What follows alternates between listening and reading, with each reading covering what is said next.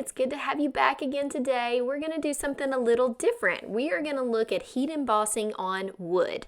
So I've had this piece for a while and wasn't really sure what to do with this frame until I walked by this little sign that says create, and I thought this is going to be perfect for my craft room. So we're going to look at heat embossing and some different ways to do that on a piece of wood. I don't know if you've ever done that before, but it's really fun and it's a good way to use your supplies for something else and just get more use out of all of your products. So we're going to go over that. I would love for you to hit this like and subscribe button if you haven't done that yet, and we'll get started. So I tested this out in really, I guess, 4 different ways. I used 2 different embossing powders and 2 different ways to stick the embossing powder to the back of the Create.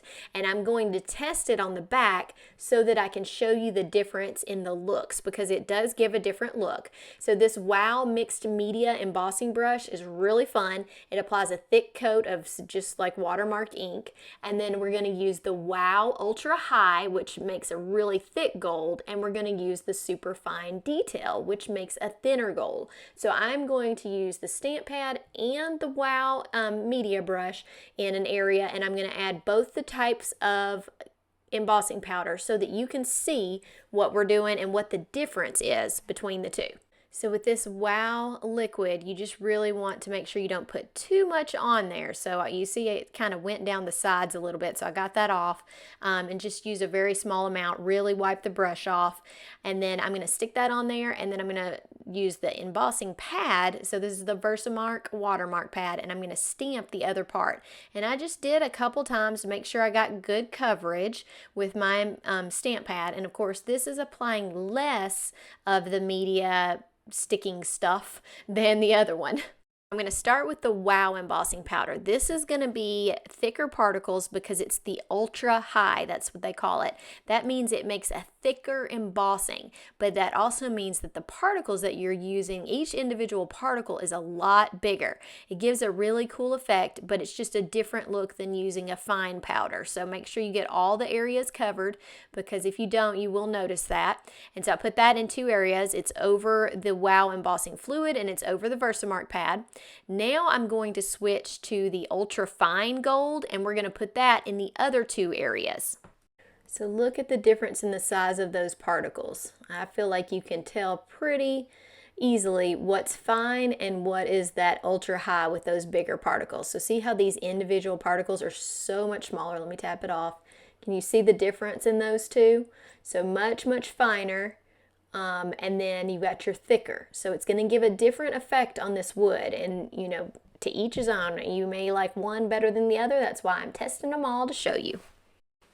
And I may be a heat embossing nerd, but I love watching embossing powder heat up and change like it does. It's just so entertaining to me. So I'm going to show it to you so that you can see it, because I just think it's really fun and it really just livens us up. I love it so much. So we just did the fine. Now I'm doing that thicker. With the thicker, you really want to make sure you've melted it all. It's almost like a solid thick coat. You see that? It does have a little bit of variation in it, but it really looks nice. So I heated this about the same as I do on paper, but I went back any place that was not shiny. I went back and added some extra heat. Now look at how thick that gold looks.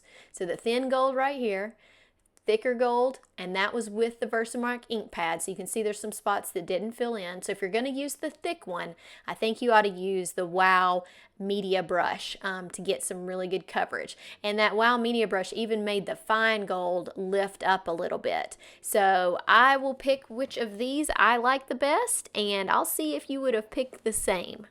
So here is the fine. I'm trying to hold up the embossing powder so you can see which one I use. So that's the Wow Metallic Gold Rich, and I'm going to point to you where I used it with the stamp pad, which is right there. And then I decided with the Wow Mixed Media Embossing Brush to use that on that other part of the C. So I'm just using this, I know I've already kind of pointed this out, but I want you to make sure that you understand what is what. So this is the fine powder with that Wow embossing brush. And then this one is the thick Wow Embossing Ultra High. So here's that. It's called, and of course I'm going to list this stuff in the description for you, so no worries about taking notes. All right, drum roll. Here's what I decided to do.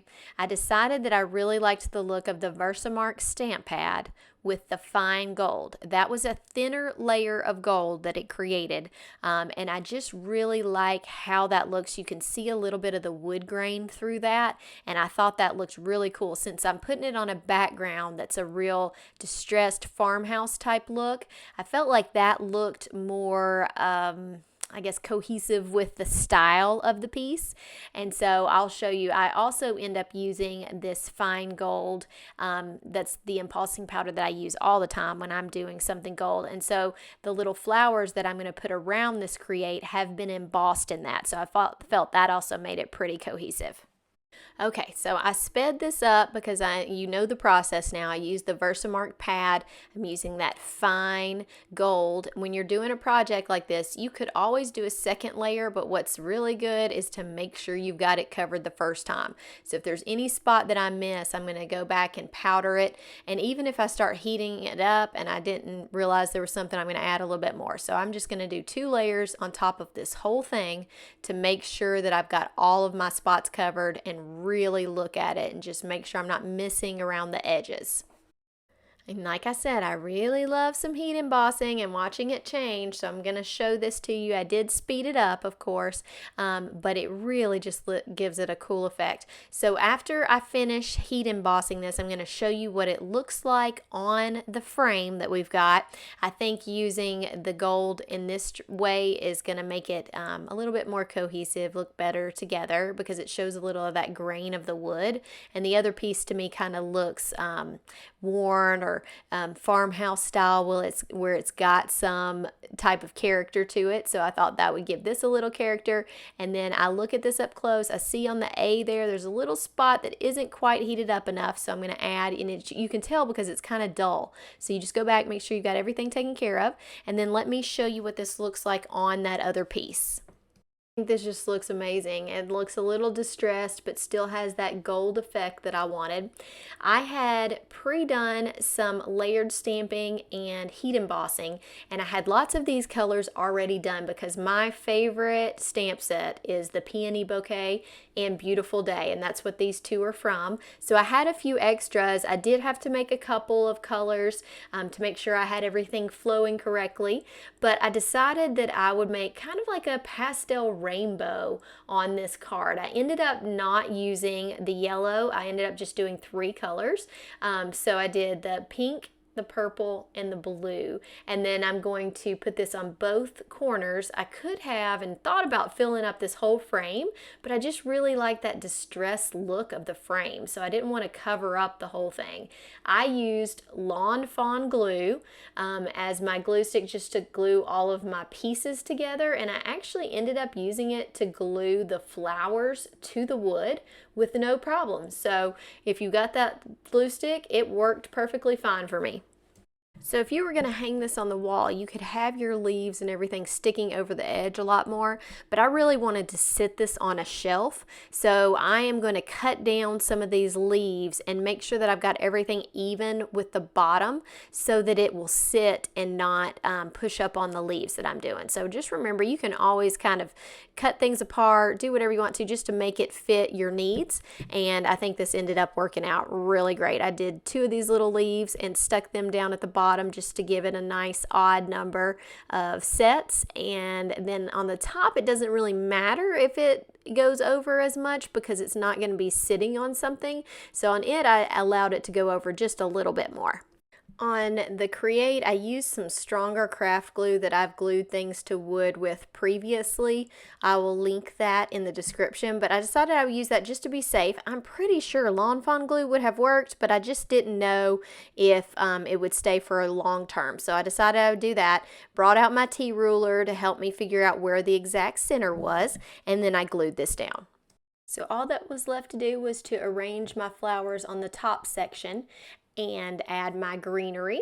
So I'm going to do that. I'm using that same Lawn Fawn glue stick to glue these together and then glue them to the wood. So while I'm playing with that, I'll just make sure that you know everything that I used in this video will be linked in the description. That does give me a small commission with no cost to you. So if you would go through those links if you're going shopping today, it makes such a difference for me, and I really appreciate your support. So just make sure you click through those if you're going shopping, even for something not in this video. If you're using craft stores, I've probably got a link to them. So I would appreciate that so much. I'm going to get to this final pictures of this project so you can see how it turned out, and I'll show you one in my craft room. Here it is on the shelf in the craft room with some rainbow ribbon behind it. I really think it looks cute like that. And then I wanted to show you the layered stamping up close, so I've got a couple pictures of that for you. Make sure if you haven't done it yet that you do hit the subscribe and like button, and remember, everything I used in this video will be linked in the description below. Those links do not cost you anything, and they help me out immensely. Thank you so much for sticking with me through this video. I enjoyed it. I hope you learned something, and I can't wait to see you back again on the channel. Have a great day. Bye.